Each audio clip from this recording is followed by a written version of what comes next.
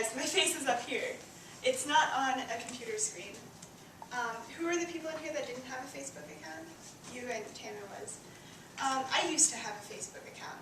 I had it for about 2.5 years, but I deleted it during my senior year of high school because I realized all the problems and how ridiculous it was. So today I'm going to briefly explain the problems with Facebook and maybe a solution. The problems include lack of privacy, distortion of human interaction, and time consumption. Before I get started, let's watch a little video of what people are saying. It's really kind of pointless. Number two, it's redefining what we mean by privacy. I think it's changed how we view our personal privacy. It seems that most young people nowadays really don't mind everybody knowing almost everything about them. I have some friends who update their status to tell us that they're going to the bathroom, and I really don't need to know that level of detail. They just don't care as much about what people know about them.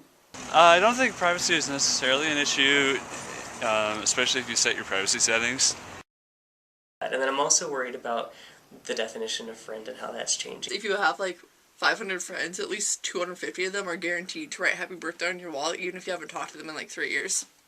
I think it's probably cheapens the term friendship. Are you friends with all your Facebook friends? Yes, I do not add people that I do not know. But the fact that we call them friends sort of troubles me. And then sometimes I Facebook group myself to make sure that I don't look like a freak. It forces us to actually kind of think about our identity, but with Facebook it's sort of because it's out there that you kind of go, that's me, or is it? Or is this the me I want to represent to the world? That I think that a lot of people are using it to substitute real conversations, real contact. It's probably ultimately going to turn out to not be a substitute at all. It's its own form of communication. Students have started talking in bullet points, have started writing emails in text language. You can get really embedded and enmeshed in Facebook. It's another form of communication. The body language, the energy, the expressions, the hand gestures, I like to talk with my hands, as you can tell, you can't replace them, and they're part of somebody's personality, and they're part of a relationship, they're part of a connection that you can't replace with an online format. A dislike button could just be a quick way to go, you know what, not cool.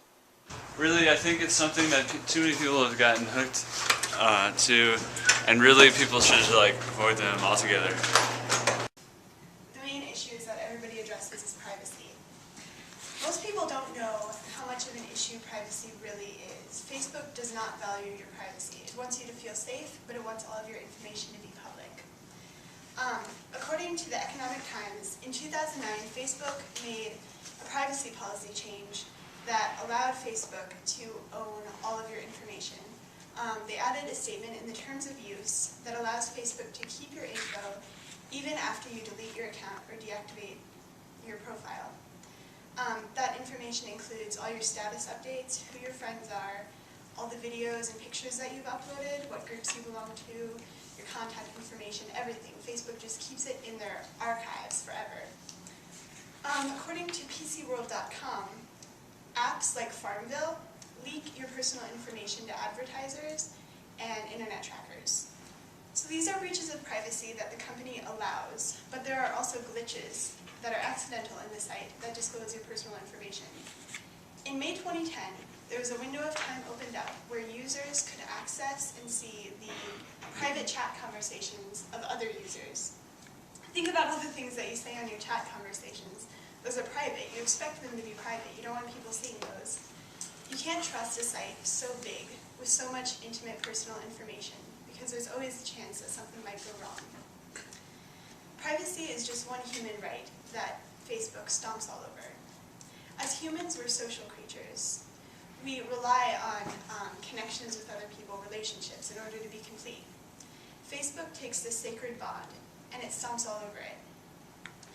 George Ritzer argues in his book, McDonaldization of Society, who's read it, that Web 2.0 social networks such as Facebook are supposed to be a place that celebrate the uniqueness of the individual.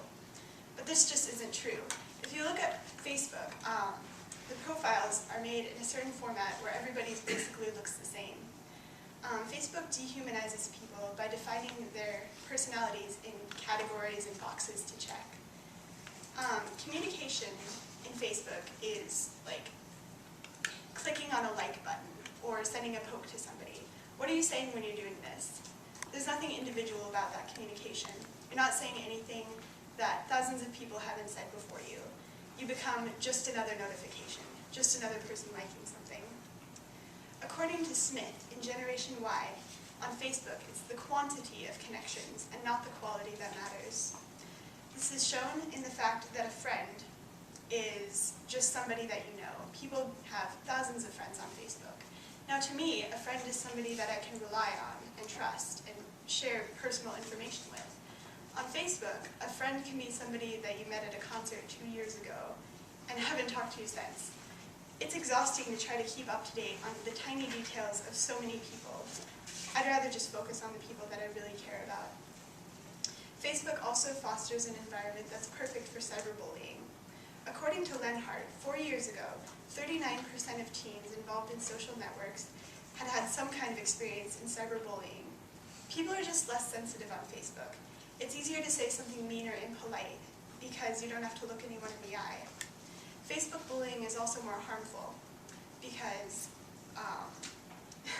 because it doesn't go away. Like in school, you can run away from your friends, your problems, but on Facebook, it's there forever, and you have to see it every time you log on. And that can be quite often, because some people log on over 5 times a day easily.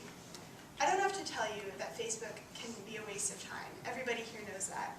2 minutes on Facebook can turn into 2 hours. A study by Krishner and Karpinski has shown a correlation between Facebook users and a low GPA. This is because not only are people putting off studying by being on Facebook, but they're also trying to study while they're on Facebook. Now, I know that you can choose to be responsible with your time, but why even allow yourself that temptation? What do we do about it? We get off our Facebook. I've been gone for over a year, and there's nothing that I could do on Facebook that I can't do using other things. Like, I call my friends, I text them, I greet people in person. You can do that, you know. Everybody in here has an email address. You have access to sites such as Flickr and YouTube to share pictures and videos. It's just as easy.